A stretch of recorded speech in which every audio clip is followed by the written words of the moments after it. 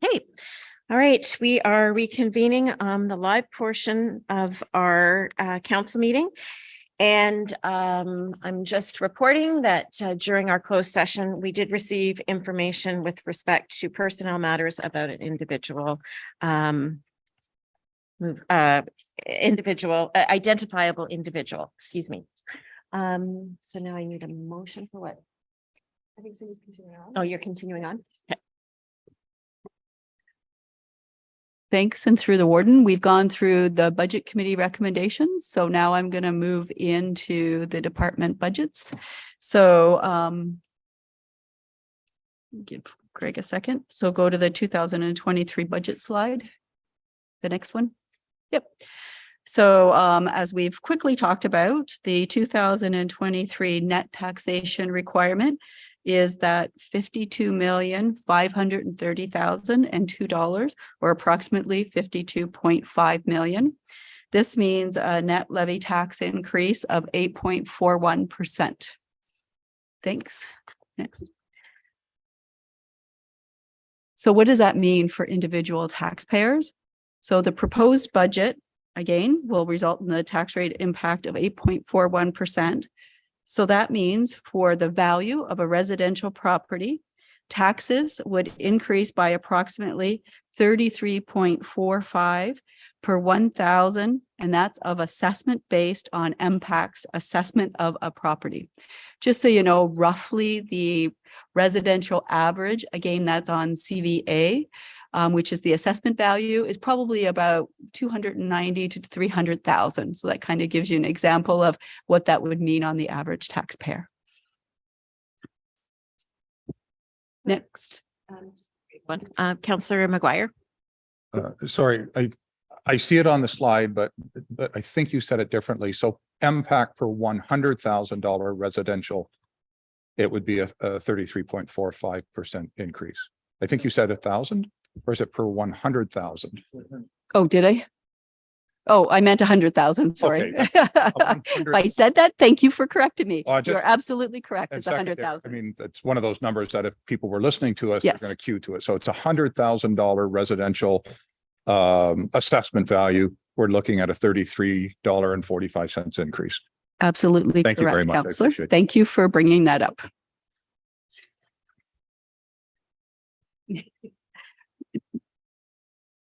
Next. So we've talked a little bit about budget drivers, but again, before we go into the individual department budgets, I wanted to highlight those again. So as we've uncertainty around policy changes and funding, I know we Bill 23, we haven't really talked about that a lot, but I know in council chambers that's been discussed a lot. We also have population growth and the impact that means on programs and services. We have the ongoing pressures in our labor market. We talk about retention and attraction of staff, which kind of leads into the next one. The budget includes a collective agreement impacts, including grid and benefit increases. We also have the non-union annual increase of 3.5% and the grid and benefit increases. We also have inflationary increases. So the average CPI rate over 2022 was 6.8%. That's from Stats Canada. Why that one is important, because if we go to the library leases, when you see the library budget, it's tied directly to that CPI. We also have land ambulance leases. We have vehicle fuel. We have insurance costs and construction materials. Those are only some of the pressures. They're the larger ones, but there's many other pressures in the budget this year as well. Next. So I thought it was important that we think of future budget impacts. So we have the transportation 5-year county infrastructure, the capital plan. So it's from 2021 to 2025. We also have provincial funding framework changes that we're going to be seeing. So the childcare in the early years, which hits the social services budget, and also the Ontario Works and employment, totally restructuring of Ontario Works. We also have the social housing budget. I want to point out this is the last year of that 4-year City of London budget. So when they come forward with the next 4 years, I anticipate that we're going to see some increases in the social housing. I have the ambulance there. I didn't put it up there, but I will point out they also have to do that 4-year City of London budget projections. So I've already been talking to the chief a little bit about that. So we'll be preparing that soon. And you also heard from the health unit. So this year they came in flatline, but they're also taking a look at their budget and what that needs to look like in the future as well. So those all will impact us. And we need to think about those when we're looking at this budget as well. Next. So in front of everybody, I do have a big sheet. I know during the budget committee, everybody was complaining to me because I had that little one that I would hand out each time. But this is the document that I always go to, refer to. I think it's great because it's a snapshot of everything. It would be hard to put this on more than one slide because you need to see it all together. But I will walk you through how to read it, if that makes sense. So at the very top is where you see all the department budgets. So you go from administration to the lodge, then you have the land ambulance to the library, then you have the health unit. Then down below is where you go into your revenues. So that's your OMPF, which I talked about reducing each year. We also have where we did the reserve, so the tax rate stabilization. We also have the surplus of the winter control. So we talked about the budget committee recommendations. That's where you're seeing some of them down here because they are considered to be revenues for the budget. We also had the COVID-19. We have that surplus for the library. We have the total before growth. So if you go over to the right-hand column, which is the summary, you will see the growth and reassessment. So that's the $1.2 million. So when I talked about real growth, that's the real growth that can be applied and used for the levy decrease. I will point out on this chart as well. So if you're going to the total left, you see our total expenditures. I always refer to that as gross. And then if you go to the right, it's the net. So that is the county requirement that is needed. And it is important to see both. And especially, I know I pick on land ambulance a lot, but I think they're the biggest one to see that. If you look at the gross budget for land ambulance, which is the second column over, it's that 61 million. But if you look at the net impact to county, it is over there and it's $5.7 million. Hopefully that makes sense for everybody, but that's just a really good snapshot of the entire budget. If you look on the very bottom right corner, that's where we are seeing that 8.41% tax rate increase there. And then I also talked about what our total levy, which we have to levy out, which was that $52.5 million. Again, on the right-hand side, under the tax requirements and under 2023.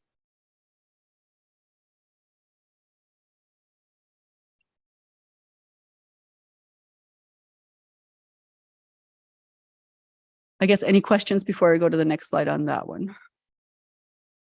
No. Okay. Next. So I mentioned there the total expenditures by department, which is our gross budget. And you can see here by this chart, the largest, of course, is our land ambulance. And then you can see the amounts there for transportation and the lodge. And you see the one for economic development. Economic development, one that you're going to see doesn't change a lot when we get to the net, but you will see a big difference in our land ambulance, in our lodge, and our social services. Next. This just is another way to show it.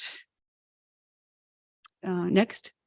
And this is the one probably you care about the most, but it is important to show you the gross one because that's what county council is responsible to manage.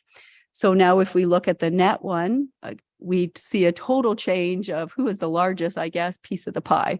And it went from land ambulance now to being transportation. And I know Mr. Trainee hates when I put this slide up, but that's where traditionally we do see a lot of our increases in our budget.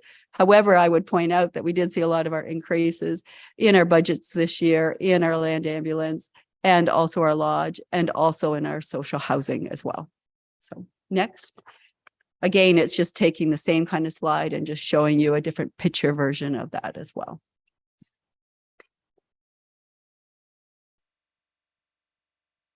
So this chart is just a summary because we put our capital, really, we show operating and capital in our budget together, but I do like to make sure I point out what our capital requirements are. So this chart is a nice one just to show you a summary of the capital asked by each department. So we start there, and every single one of the budget goes by these classifications. So we start with the min, then we go to planning, then economic development, and then we always end with library. So if you went back to the tax recap summary, that's how I show it. That's how we show it in our budget department as well. So our total capital is that $25.3 million. Next. So now I'm just quickly going to go through each one of the budgets, only touch on highlights, because then I want to make sure that you have a chance to see the budget summaries and ask questions of the department heads. Okay. So the administration, it's quite a large budget. So it includes everything from governance, which is council, office of the CIO, county clerks, human resources, treasury department, legal services, facilities, and community transportation. I will point out there, community transportation is 100% provincially funded. So there is no net impact on the county. Next. So in administration, we had a 4.3% increase. Some of the highlights I will point out, I've already talked to you about that revenue. So it now includes 600,000. So there was that addition of 200,000. We also had the increase in the interest rate revenue. So total of 125,000. I know I told you budget committee recommendations was the 25,000, but I had already had 100,000 in there. Next. It also includes a new expenditure, which is the property tax for 399 Rideout Street. Just so you know, that's about 130,000. So that's a big part of that. We also had increases in some of our governance. So we increased the conference allowance to 5,000. And we also increased the registration cost to 1,000. That was really done based on past year's actual expenditures, taking into account inflation and what we knew it was going to cost this year. We also increased special events to reflect, again, went to actual costs and inflation, and also now includes Wardens Association costs. Next. We had some investments in the human resource department. So it includes that new human resource position that again will support the county and the lodge. We also had some money put aside in the human resources department for senior management training costs. And then we have an increase to the salary and benefit contingency, and that's to deal with a number of things.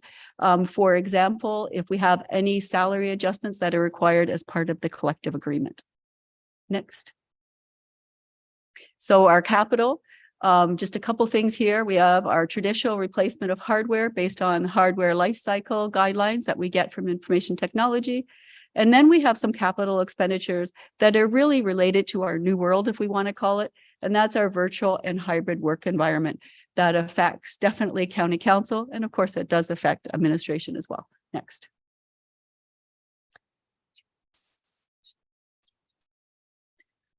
I was thinking that I would go through these really high level, then we'll get to the budget summaries. And that way, if you have questions, that you're able to have each department head answer directly to you, because then you'll actually be able to see the department budgets. I hope you're okay with that. Okay. So planning and woodlots, I'm not going to go through. I think we know we have county planning, local planning, mapping and GIS. We have woodlands and also local planning.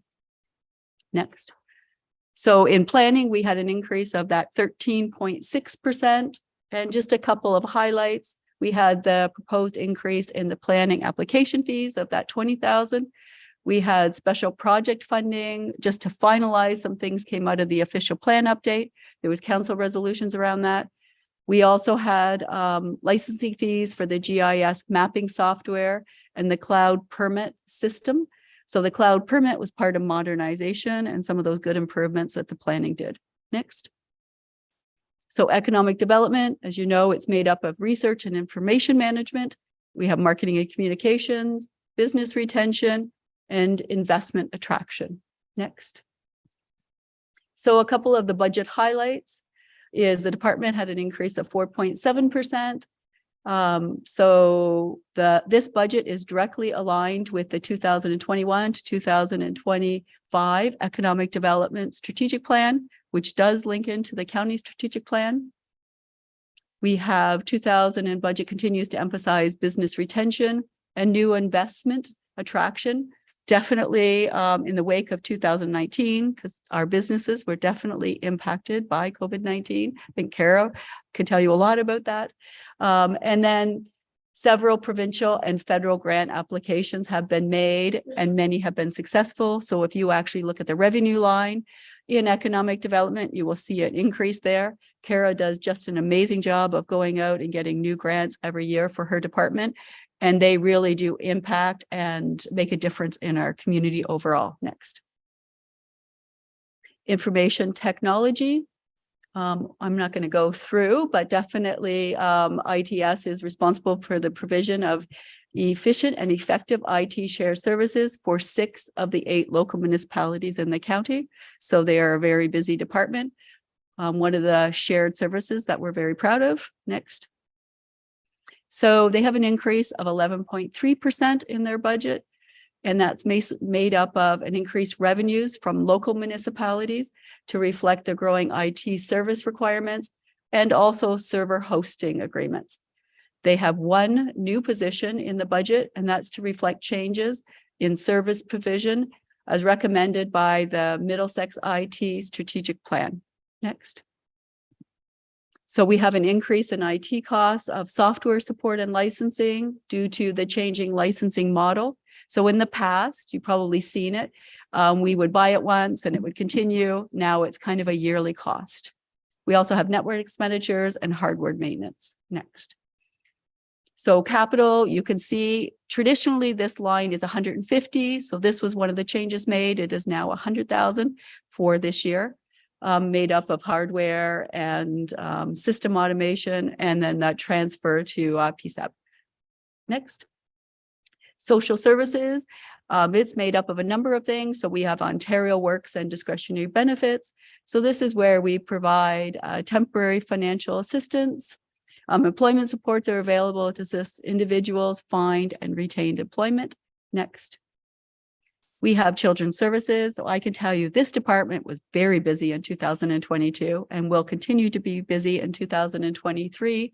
And a lot of that has to do with the QUELC funding that we're receiving. You will note in our budget when we get there, you'll see our actuals are very large and you're going to wonder why my budget isn't there. We don't actually have what we're going to get for QUELC in 2023. However, I can let you know it's all 100% funded. So you don't have to worry about that. So when you're seeing our actuals come in during the year, it will be a higher amount. That is one area where the province is looking at the total early years child care framework, and they'll be coming up. When we get that, we'll be seeing a little bit more of a consistent in terms of budget. And then we obviously, can you go back for a second? In that department, we also do oversee a lot of funding that goes to our licensed childcare operators. So that's everything from general operating grants, one-time grants, which we've had a lot of in the last couple of years, wage enhancement grants, which affects the salaries. And then we have special needs and capacity building. Next. Social housing and homelessness prevention. I know I've talked a little bit about that here, especially when we got the social service relief funds, where we got $1.6 million. That is part of this department as well. And we get yearly our provincial homelessness prevention program, which is about $128,000 to support our county. Next. So we have homemaking and nurses program. This is really a very small program, but it doesn't make a difference to the individuals we do serve. One of the biggest issues with this program, even if I was to go back to the province to ask for more money, there's really not a lot of PSW and staffing, so it's hard to do that.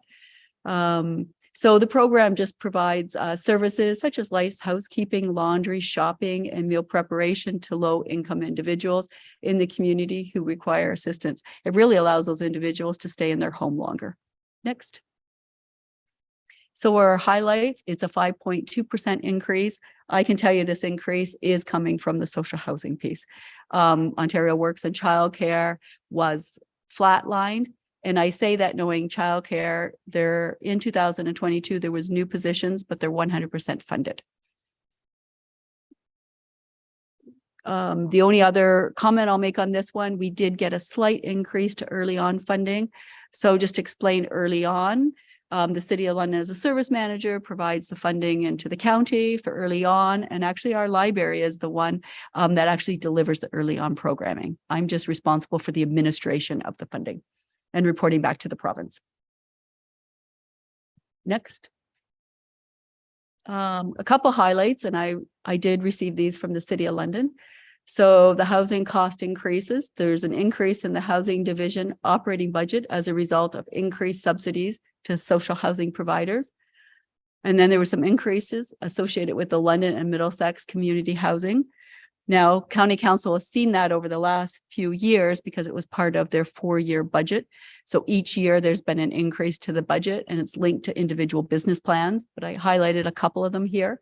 So increased funding to address some infrastructure gaps across the portfolio, which is about 1.6 million. So again, that's a gross number. What we actually see, if you see in 2023 in the bottom of the charts, I wanted to show you, we are paying that 14.861%. So if you look at the 1.6 million, then you multiply it by the roughly 15% type of thing. There's also increase in building maintenance costs due to aging facilities. There's enhanced security at some of the properties. And then there was some inflationary costs for their staffing. That little chart, I just gave you a snapshot of the 2022 to 2023. So it shows you the, I guess, gross total city costs. It shows the weighted assessment that the county uses in order to pay. And the last piece is that county portion. So you can see in 2023, it's at 6.5 million. Next. Transportation Department overview. So obviously they're responsible for the maintenance, operation, and capital works of over 1,600 lane kilometers of roads and over 250 bridges. So that is a lot of bridges that we have in the county. It also operates the fire communication system. It manages the community emergency management activities across the county. And in partnership with the City of London, provides household special waste disposal for county residents at the City of London landfill sites. Next. So some of the budget highlights. This is a 5.3% increase. Although again, I will point out when I say 5.3% increase, this is the largest budget that we have. So they have in here, there is some additional money from the gas tax. So that's some good news. However, on the other side, the Ontario Community Infrastructure Fund, which is OSIF, we did see a reduction in that funding. We have operating costs increased to account for inflationary increases to material costs, and of course, the salary increases.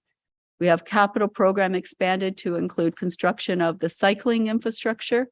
We talked about that. We have a strategic plan for cycling. And then we also have bridge funding raised to meet expected 10-year expenditures to manage the bridge assets to current levels of service. Next. So if we look at the capital, this is obviously a large capital budget of 21.5 million. We've got money in there for roads, equipment, facilities, and bridge. Next. So for the capital is approximately 91.2 lane kilometers scheduled for reconstruction rehab in 2023. So you'll see those trucks out there across the county. We have detailed design and construction and utility location for our roundabout. Very exciting to see that roundabout hopefully coming in 2023. And then, of course, we have some major bridge projects, and I've included the list there. Blacks Bridge, Bothwell Bridge, Narran, Pike. Next. Other capital, we have new traffic signals for Metcalfe Street and Head Street, Strathroy, Caradoc, Carriage Road, and Littlewoods and Middlesex Center. We have transfer to equipment capital as per the asset management policies. So we talked about that before, about us needing sound asset management policies. So here's an example where we tie it back. So it's increasing by 980,000 to account for, again, inflationary increase of vehicle costs. We have the transfer to facilities capital as per, again, the asset management policies of 200,000. And then we have a transfer to capital reserves for bridge and special projects, and that increased by $5.2 million. Again, when you're looking at these numbers, this is our largest budget that we have. Next. Strathmere Lodge overview. So as you know, the lodge is a 160-bed long-term care home. It has 24-hour nursing care to adults in need. Next. It has a budget increase of 11.9%. This is another area where we've seen the province has given additional dollars, and we are getting dollars each year for COVID that come to our long-term care home.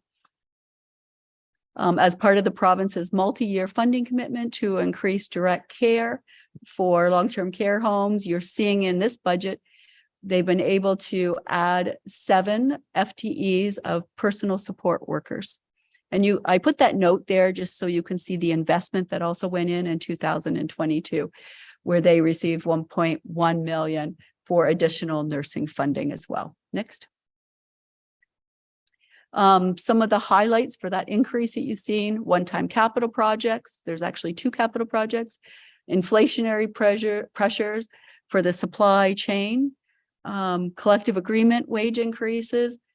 And then there was one unfunded staffing. When we say unfunded, that means there wasn't any provincial funding. So it has to come back to municipal funding. And that is for 0.7 FTE for the laundry aid hours. And we briefly talked about this, but when we have seen that increase in direct care funding, the province has given us money for that, but it's those other ripple effects. And this is an example of that with the laundry demands, and we're not getting funding from the province for that. Next. So for the capital, there is 2 projects.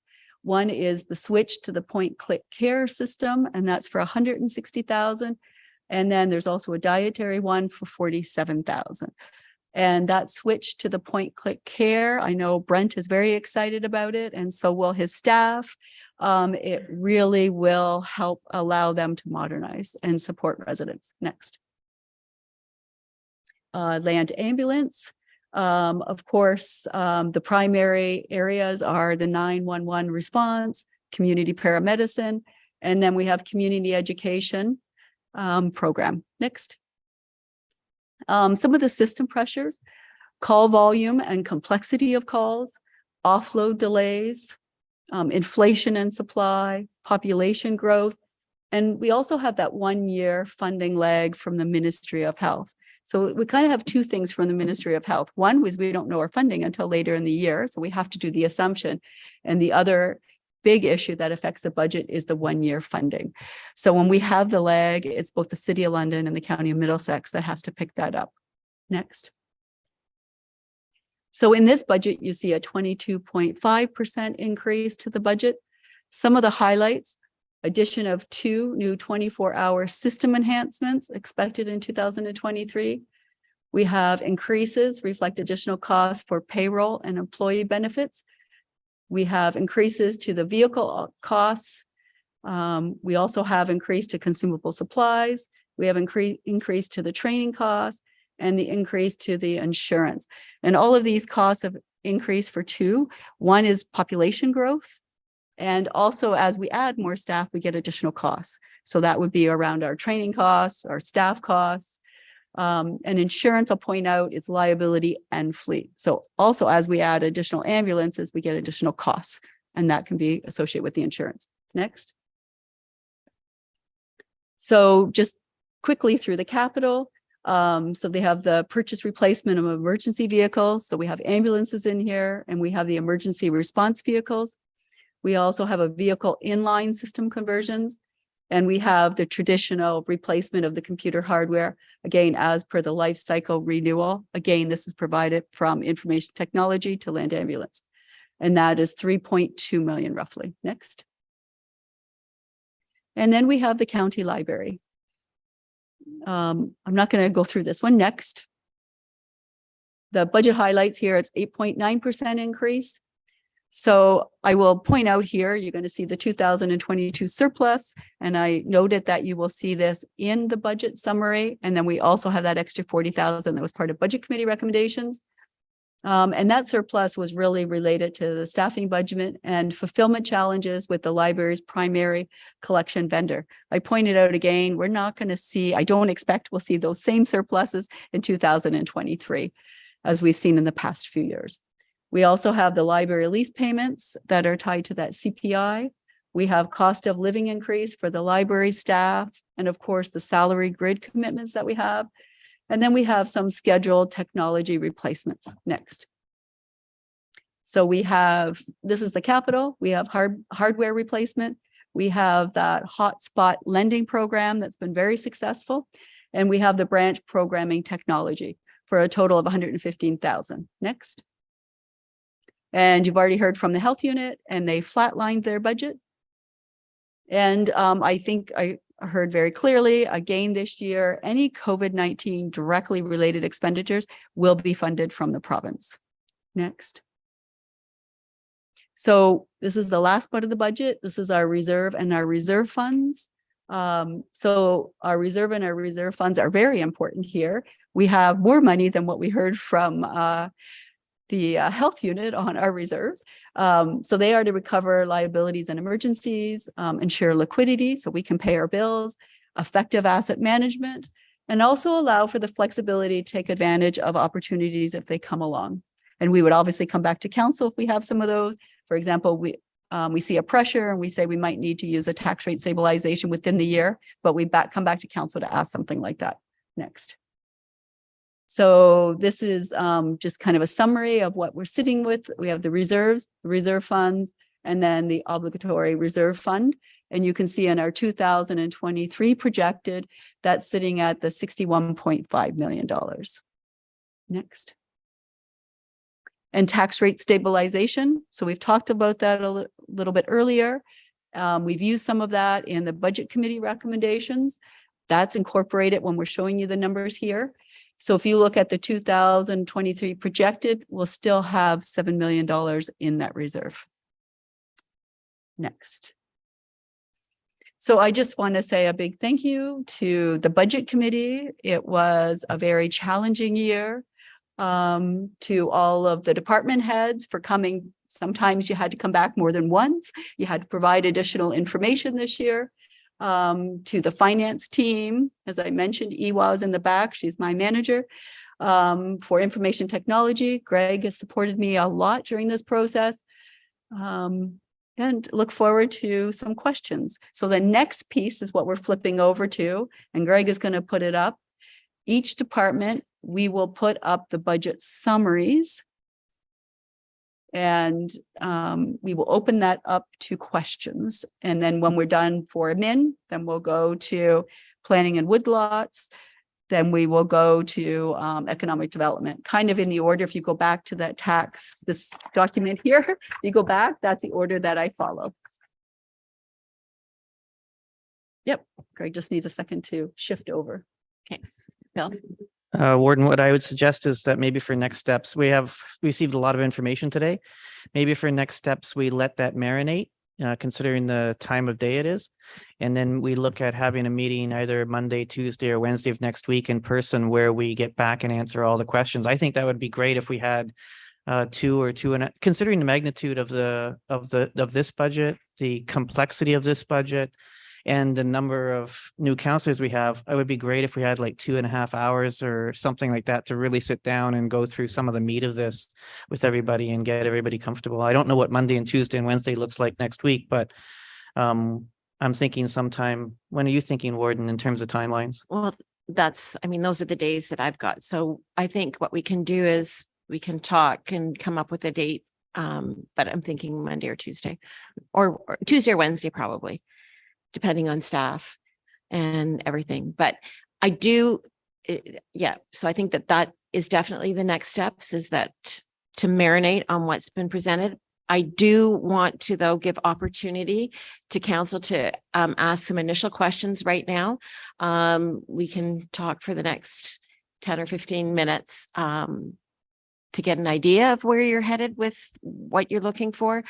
But certainly, I think we do need to come back and have a more fulsome discussion. Maybe it would be really important to use that 10 or 15 minutes wisely, not so much questions about the budget, but additional information that you would like us to bring back for Monday, Tuesday, and Wednesday, dig down. I know, Colin, you sort of gave me an indication there was one little piece you'd like more information on. We'll do that already. You don't have to ask that again. We'll bring that back at the next meeting.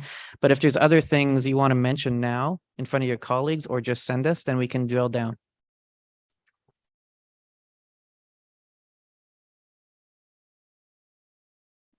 So I guess I would look to my colleagues if there's information that you're looking for, more information that you're looking for, clarification,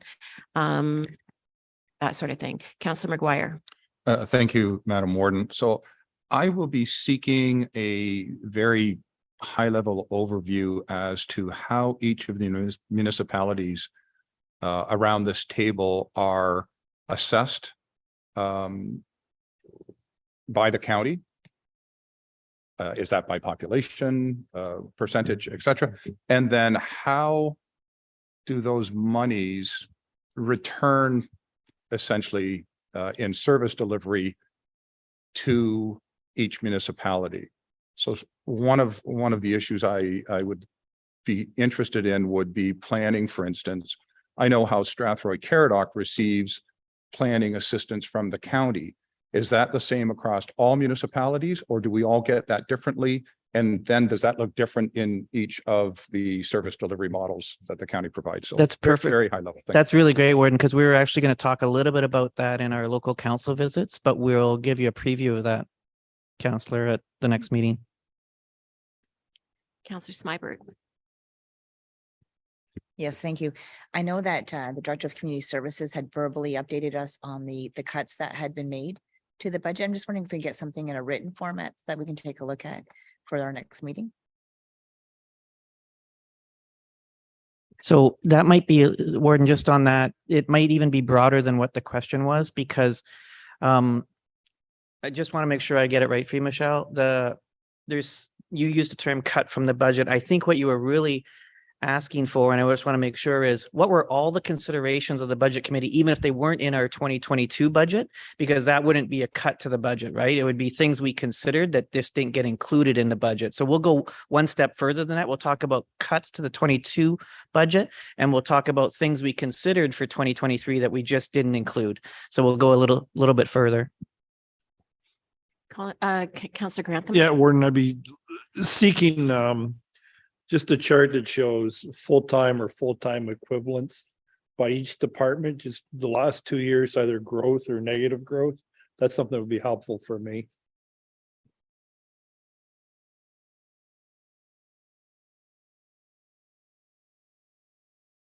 Anything else? Anything else that council's looking for?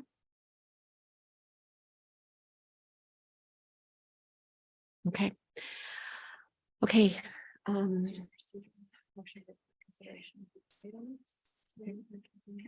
Okay. So we will work on confirming a date today so that you can plan accordingly. And certainly then you've got your work cut out for you over the next few days, lots of reading and considerations to take into play, to take in. So with that, I would ask for a motion to defer consideration of all the items that have been presented to us. It would just be 5C to 5O. Okay, perfect. Thank you. And that's that for that motion. Okay, so a mover and a seconder for that, please. Councillor McGuire and Councillor Smybert.